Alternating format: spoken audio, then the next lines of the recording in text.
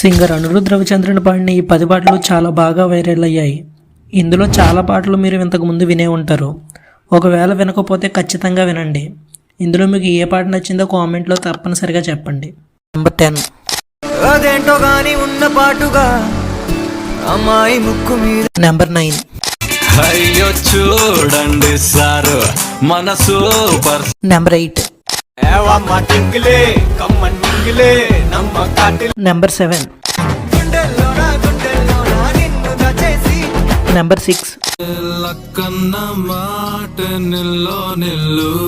Number 5 జీవితానికి రెండో ప్రయాణము.